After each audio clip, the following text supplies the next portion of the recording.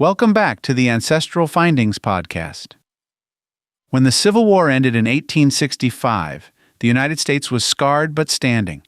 The fields were silent, the guns were still, and the soldiers, Union and Confederate alike, began the long journey home. But what if home no longer existed? For thousands of veterans, returning wasn't an option. They had to start over somewhere else. Many of them packed up and headed west. That decision shaped the lives of entire generations. For some, the West meant opportunity. For others, it was simply distance. Distance from battlefields, from destruction, from memories that wouldn't fade. Railroads were being built. Towns were popping up overnight, and land was suddenly available to buy or claim. With the Homestead Act still in place, a veteran could stake out a new life on 160 acres of open land, sometimes more if he had military service.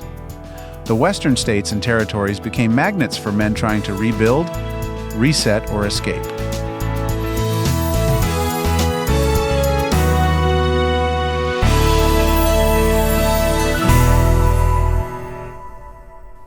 Union veterans, especially those from the Midwest and Northeast, often moved into new territories like Nebraska, Kansas, the Dakotas, and parts of Colorado and Wyoming. Their military background gave them an edge in government hiring, law enforcement, postal work, and railroad jobs. Confederate veterans had a tougher path. Many returned to ruined farms and faced ongoing political restrictions. Some moved into Texas, which had seen fewer large-scale battles. Others crossed into Indian Territory or further west, hoping for a clean slate. In both cases, these migrations were not just physical, they were emotional and cultural. These men were carrying war trauma into unfamiliar towns and trying to build peace from brokenness. You can trace your ancestors' post-war movement by looking for patterns in the records. State census records in places like Kansas, Nebraska, and Iowa. Land patent records through the Bureau of Land Management. Homestead files, which may include family details and personal affidavits. Civil War pension applications, which often list current residences and prior moves. County histories, which sometimes mention veteran settlers by name. Newspapers, which may contain veterans' obituaries, reunion notices, or land sale announcements. If your ancestor seems to vanish from his home state after the war, widen your search. He may have gone west and started a whole new chapter you didn't know about. These men didn't just settle land. They built towns. Many served on city councils, ran general stores, founded churches, or became school teachers. Civil War veterans were often regarded as men of honor and grit, giving them status in young communities desperate for leadership. Local records in western states may show your ancestors' involvement in town founding committees, school board appoint, local militias or fire brigades, churches and fraternal organizations like the Masons or Oddfellows. Don't overlook the Grand Army of the Republic records either. These were Union veteran organizations that kept rosters, meeting minutes, and memorial lists. If your ancestor was a member in a western town, you might find mentions in local histories or even surviving lodge records. Some Southern veterans didn't stop in Texas. They kept going. Many left the country entirely. This included Confederados, who settled in Brazil, where slavery was still legal until 1888. Small Confederate settlements in Mexico, where Emperor Maximilian offered land and protection.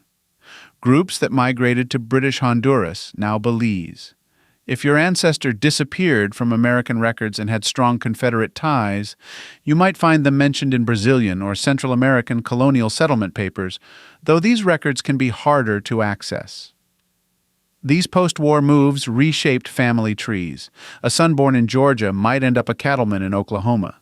A daughter from Pennsylvania might marry into a Nebraska farming family. Entire branches shifted across the map in a single generation, all because a Civil War veteran decided he needed a new start. As family historians, these turning points are key. They help explain sudden name changes in the records, gaps in census trails, and mysterious moves that puzzled earlier researchers. Use the 1890 Veterans Schedule for Union soldiers. It's a rare surviving slice of the destroyed 1890 census and lists many Western veterans. Check military pension cards for changes in residence. They often note counties and states across different years. Search land patents through the Bureau of Land Management's records database. Explore county history books. Many are digitized and searchable by surname. Search for Grand Army of the Republic records posts by location. Some even published rosters or member lists. The war changed them, and the West gave them space to figure out who they were after it all ended. Some found peace. Others found purpose. A few simply disappeared into the wide-open land, but all of them left traces, in deeds, in pension files, in local memory. If your family tree has a blank space after the Civil War, take a look westward.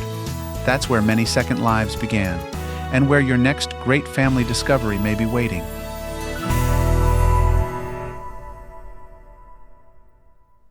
If you've got a hard-to-find ancestor you're stuck on, I'd love to hear about it. Just head over to ancestralfindings.com and click on Contact to send me a message.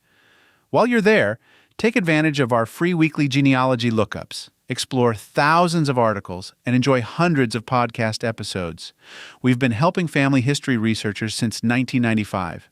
And if you're looking for even more, check out our Genealogy Gold Q&A series over on Patreon. Thanks for listening, and as always, happy searching.